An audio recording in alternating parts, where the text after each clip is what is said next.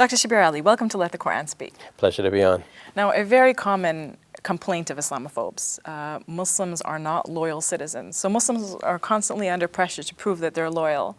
And we know that many other minorities in the past in the West have also had to prove that they were loyal.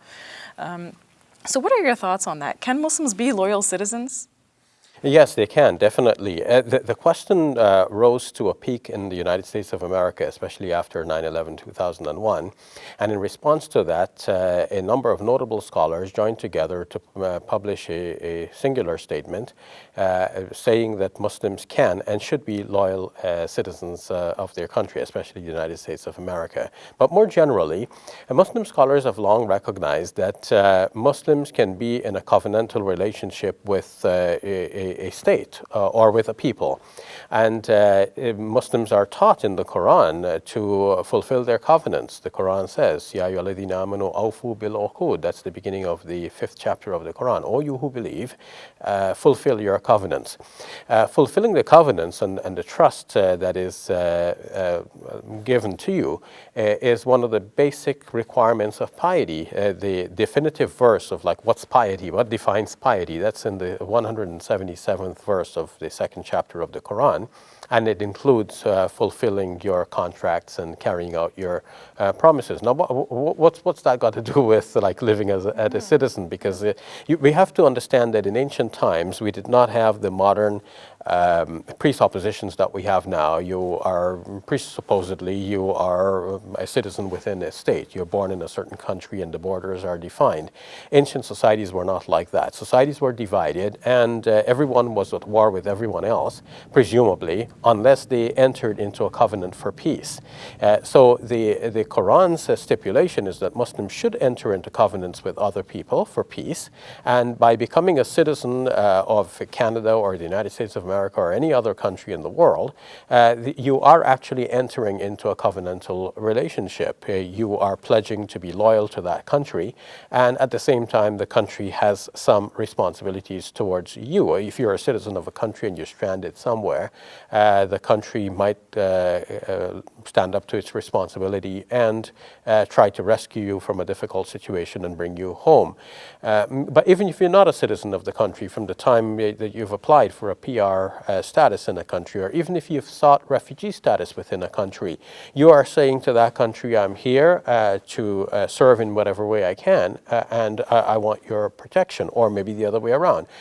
In return for your protection, I will be a loyal resident or citizen of this great country. We cannot bite the hand that feeds us, and naturally, by getting some benefit from the country, we are going to fulfill our end of the bargain by giving benefits as well. Mm-hmm. Some of these Islamophobes try to spread the idea that Muslims are in these countries for some sort of benefit, and they don't necessarily respect the law or the land, but they're just here kind of to exploit the situation that they're in. Some Muslims may have that idea, not only Muslims, some individuals, regardless of religion, may have that idea, but most upright and moral thinking people will realize that you cannot be exploitative, but you must be value giving and value adding. And many Muslims are of this view that we must add value wherever we are.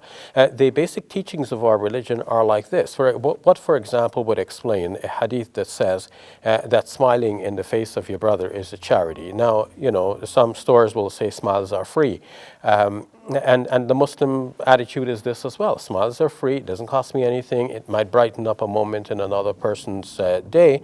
That too is an act of charity. Removing a harmful thing from the path, according to a hadith, is an act of charity. You are actually saving somebody from the harm of something in the path. Otherwise, most people can pass by it and say, well, this is not my business. Banana peel on the sidewalk, it doesn't matter to me. But the Muslim says, okay, let me just discard of this. It might make my finger fingers dirty for the moment, but it will keep the sidewalk clean and safe for other people. Well, this is my duty as a Muslim. I'm doing this for the pleasure of God. So there are so many things that Muslims would do on a daily basis if they are devout Muslims that not only serve God, but would serve their country and their fellow citizens around them. Mm-hmm. Now, a long time ago, there was this distinction between Dar al-Islam, or the area of Islam, and then Dar al-Harb, which was war. Can you explain that distinction? Because Islamophobes constantly bring it up.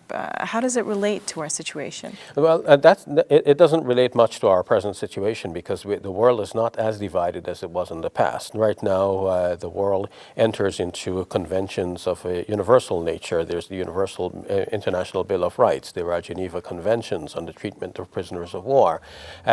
Countries get together in summits and they chalk out plans for the protection of the globe in general. For example, plans to limit climate change and environmental protection stipulations are put into place by international agreement.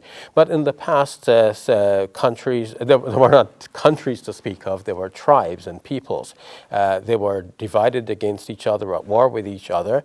And so when the Muslim population started out as a nascent Islamic community, they had to fend for themselves and defend themselves against many allied forces working to eradicate them as a people. So they naturally had to be defensive and self-protective, and they had to enter into covenants where these are possible, but also to guard against others with whom no covenant could have been made, largely because the others did not want to enter into a covenantal relationship with Muslims. So Muslims then fell into the complacency of thinking of the world as divided between two basic spheres. There's a sphere of those with whom we have the covenantal relationship, so that's called the Dar al-Islam, where Muslims can freely practice their faith, and on the other hand, the land of war, which is basically, not that a war is actually going on, but the land in which Muslims could not be safe to practice their religion freely,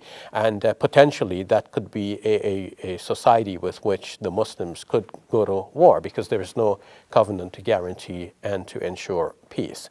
That distinction, as I said, is an ancient one. It had an application in its day, but today that does not apply. But some people may be reading some classical books and still thinking that, yeah, that's how it's always been defined, why not now? But it will be a mistake, a gross mistake, to apply that to our present situation. What do you think of their common argument that, you know, Muslims are here in Canada, but their real plan is to take over and establish an Islamic state? If any Muslim has that idea, that idea is a very far-fetched idea and is more due to wishful thinking than anyone would see as a reality on the ground. But taking it more seriously, there have been some ideas in the past, especially among some Muslim groups and some important reformers within Muslim history. Some people thought that, well, the basic idea is that Muslims have to establish Islam at a state level, and that this is one of the basic duties of Muslims. However, that's a misunderstanding. The basic duties of Islam are described as the 5 pillars: Shahada, bearing testimony, establishing prayer, giving charity, fasting the month of Ramadan, and making pilgrimage to Mecca. And these are individual responsibilities. To establish the religion at a state level, this could happen. Let's leave Islam aside for the moment. Let's think in terms of a Christian context. Christians stand for many moral and ethical principles, which, to their dismay, are discarded in our modern times.